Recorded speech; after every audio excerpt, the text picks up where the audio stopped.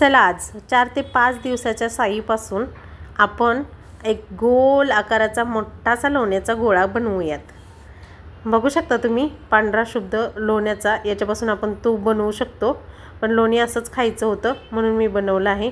बघू शकता किती छोटा हे आहे डब्बा, त्याच्यामध्ये मी 5 दिवसाची मलाई आहे, ही गोकुळच्या दुधाची मलाई आहे, 5 दिवसाची आहे। आता ही मी अशी टाकून घेते मिक्सरच्या भांड्यामध्ये। बघू शकता तुम्ही, दूध खायचं टाकायचं नाही आहे, नाहीतर ते काय वेळेला काय होतं की कितीही आपण फिरवलं तर लोणी निघतच नाही। त्याचं कारण हे आहे, खाली उरलेलं दूध टाकायचं नाही, पाण्याचं प्रमाण आपल्याला या शाईमध्ये वाढवायचं नाही आहे। आपल्याला फक्त शाईच घ्यायची आहे भांड्यामध्ये, अजिबात आपल्याला पाणी वगैरे घालायचं नाही आहे। चला तर मग आता मिक्सरला आपण आहे ना हे शाईच पहिल्यांदा व्यवस्थित फिरवून घेणार आहोत। त्यासाठी आपल्याला शाई आणि अशी थंड केलेली फ्रीजमध्ये रात्रभर ठेवलेली पाण्याची बॉटल हवी आहे। बस एवढे 2 साहित्य हवे आहे आपल्याला। याच्यातच आपण एक लोण्याचा गोळा बनवून घेणार आहोत। आता मी मिक्सर लावून घेते आणि दाखवते तुम्हाला की कसं आपल्याला फिरवून घ्यायची आहे शाई। आपल्याला फक्त शाईच घातलेली आहे, यात दुसरं काही घातलेलं नाही आहे।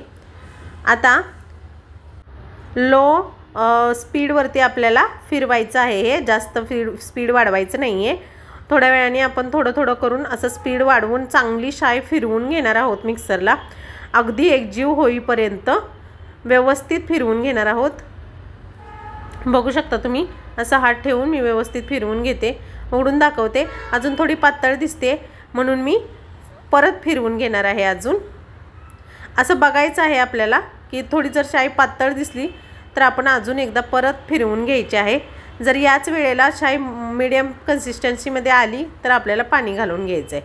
बघू शकता आता पहिल्यापेक्षा थोडी दाटसर झालेली आहे शाई। आता याच्यामध्ये आपण पाणी घालून घेऊयात। पाणी भरपूर प्रमाणात घालून घ्यायचं आहे, शाईच्या वरती येईल एवढं, आणि झाकण ठेवून परत फिरवून घ्यायचं आहे। जर पाणी कमी वाटलं तर नंतरही आपण घालणार आहोत। आता चांगलं फिरवून घेते, मीडियम स्पीडवरती फिरवते मी। बघू शकता तुम्ही, व्यवस्थित फिरवायचं आहे। जोपर्यंत पाणी आणि शाईमधलं लोणी वेगळं होत नाही तोपर्यंत आपल्याला व्यवस्थित फिरवून घ्यायचं आहे। हीच प्रोसेस खूप महत्त्वाची आहे। जर इथे आपण फिरवण्यासाठी थोडं थांबलो तर मग लोणी निघण्याला आपल्याला त्रास होतो, व्यवस्थित निघलं जात नाही। आता मी व्यवस्थित शाई फिरवून घेतल्यानंतर दाखवते, पण अजूनही आपल्याला यात पाणी घालावं लागेल। लोणी आणि पाणी वेगळं झालेलं नाही आहे म्हणून मी थोडं अजून पाणी घातलं याच्यामध्ये आणि फिरवून घेते। आता मीडियम एवढं स्पीड आहे आपलं, व्यवस्थित फिरवून घेतलं। आता बघू शकता आपलं लोणी आणि ताक वेगळं झालेलं आहे।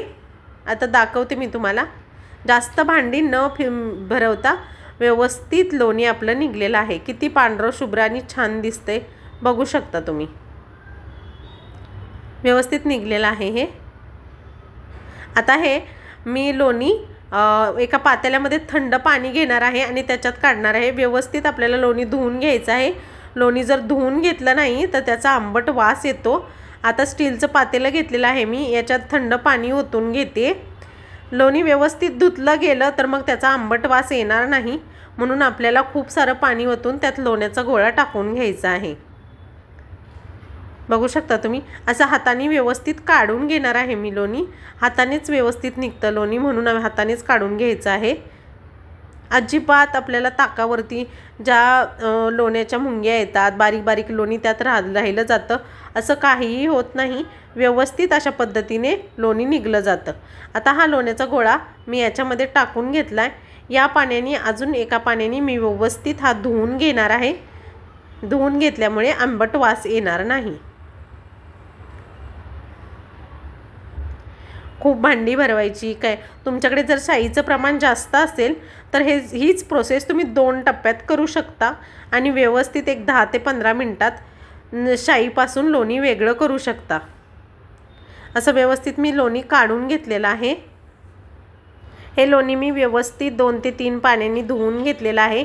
आता याला आंबट वास बिलकुल येणार नाही आहे आणि कसं पांढरा शुभ्र लोण्याचा गोळा तयार आहे। तुम्हीही या प्रोसेसने लोणी काढून पहा, पटकन निघतं आणि खूप छान होतं। हे लोणी तुम्ही ब्रेडवरती, लोणी डोसा अशा विविध रेसिपी बनवू शकता। आजचा व्हिडिओ आवडला असेल तर व्हिडिओला लाईक, शेअर, सबस्क्राईब जरूर करा। भेटूयात नवीन रेसिपी बरोबर नवीन व्हिडिओमध्ये। तोपर्यंत बाय।